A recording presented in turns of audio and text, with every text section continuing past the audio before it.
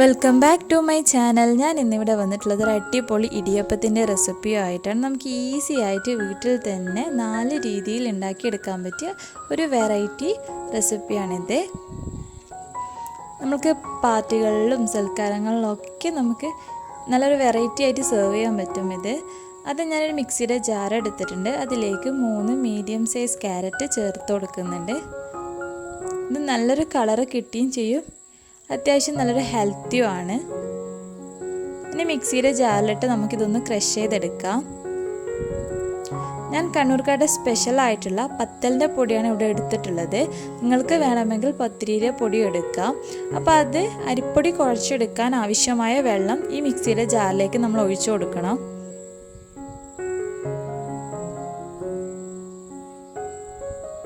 അപ്പം നമ്മുടെ ക്യാരറ്റ് റെഡിയായി വന്നിട്ടുണ്ട്. ഇനി നമുക്ക് ബീട്രൂട്ടും കൂടി ഒന്ന് അരച്ചെടുക്കാം. ഞാൻ ജസ്റ്റ് ഒന്ന് ഇതുപോലത്തെ വലിയൊരു ഹോൾസുള്ള അരിപ്പ് വെച്ച് ഒന്ന് അരിച്ചെടുക്കുന്നുണ്ട്. ക്യാരറ്റ് ഇതുപോലെ അരിച്ചെടുത്തിട്ടുണ്ട് കേട്ടോ. ഇനി നമുക്ക് ഈ ക്യാരറ്റ് ഒന്ന് തിളപ്പിച്ചെടുക്കാം. നമ്മൾ ഇടിയപ്പം നല്ലൊരു സോഫ്റ്റ് കിട്ടുന്നതിന് വേണ്ടിയിട്ടാണ് നമ്മളിത് ചെയ്യുന്നത്.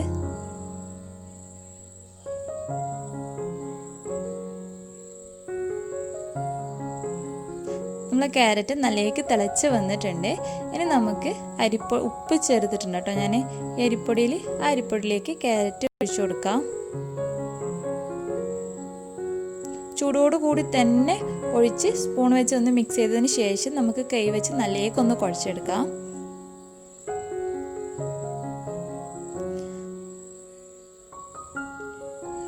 ഇനി അടുത്തത് നമുക്ക് ബീട്രൂട്ട് തിളപ്പിച്ചെടുക്കാം.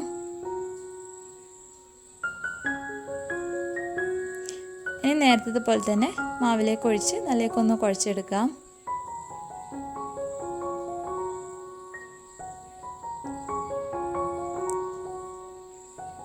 നമ്മൾ ചൂടോട് കൂടി കുഴച്ചാൽ മാത്രമേ നല്ല സോഫ്റ്റ് ആവുള്ളൂ ഇടിയപ്പം.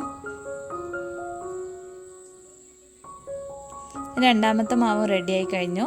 ഇനി നമുക്ക് മൂന്നാമത്തെ മാവ് റെഡിയാക്കാം. സാദാ പത്തലിൻ്റെ പൊടി എടുത്തതിന് ശേഷം അതിലേക്ക് തിളച്ച വെള്ളം ഒഴിച്ചു കൊടുത്ത് ഉപ്പ് ആഡ് ചെയ്തിട്ട് ഒന്ന് കുഴച്ചെടുത്താണിത്. അങ്ങനെ 3 മാവും ഇവിടെ റെഡിയായിട്ടുണ്ട്.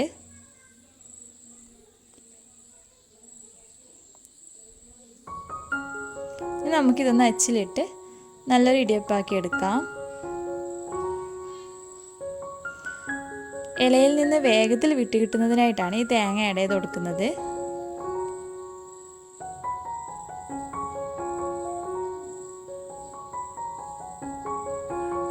നിങ്ങൾക്ക് കാണുമ്പോൾ തന്നെ തിരിയും, കാരണം നല്ല സോഫ്റ്റായി വന്നിട്ടുണ്ട്. അതുപോലെ തന്നെ നല്ല നൂല് പോലെ തന്നെ വന്നിട്ടുണ്ട്. ഒറ്റപ്പൊടിക്ക് പൊട്ടുന്നുണ്ടായിട്ടില്ല. ഇനി നമുക്ക് ഇതിലേക്ക് കുറച്ച് ചിക്കൻ മസാല ആഡ് ചെയ്ത് കൊടുക്കാം.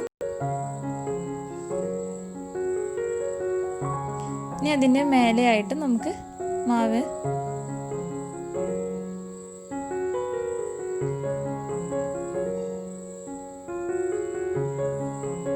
ഇനി ഇഡ്ഡലി ചെമ്പിൽ വെച്ച് ഇതൊന്ന് 5 മിനിറ്റ് വേവിച്ചെടുക്കാം.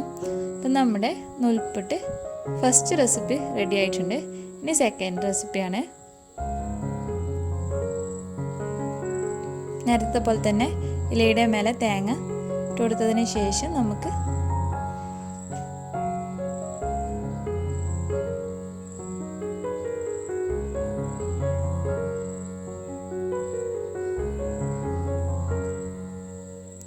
നല്ല ടൈറ്റും ആവരുത്, നന്ന ലൂസും ആവരുത്, ഒരു മീഡിയം സൈസ് കുഴയായിരിക്കണം.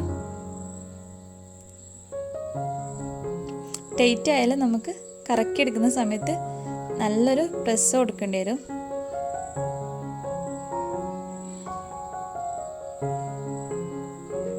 നമുക്ക് ക്യാരറ്റിൻ്റെ ഇടിയപ്പം ഉണ്ടാക്കിയെടുക്കാം.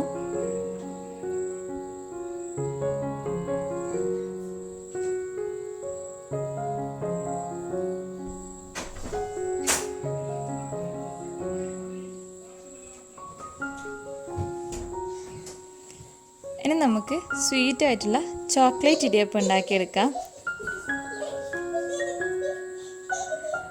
ആദ്യം ഇലയിലൊന്ന് പഞ്ചസാര ആഡ് ചെയ്ത് കൊടുക്കാം.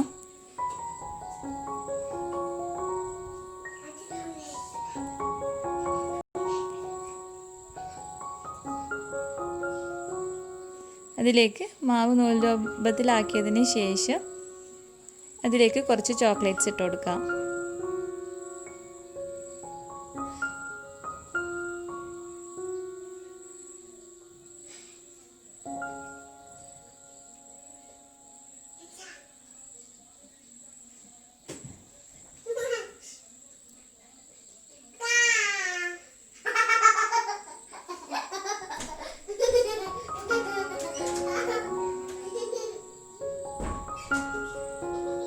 അങ്ങനെ നമ്മുടെ ചോക്ലേറ്റ് ഇടിയപ്പം റെഡിയായി കഴിഞ്ഞു. നമ്മൾ 4 രീതിയിലുള്ള ഇടിയപ്പം ഇവിടെ റെഡിയായി.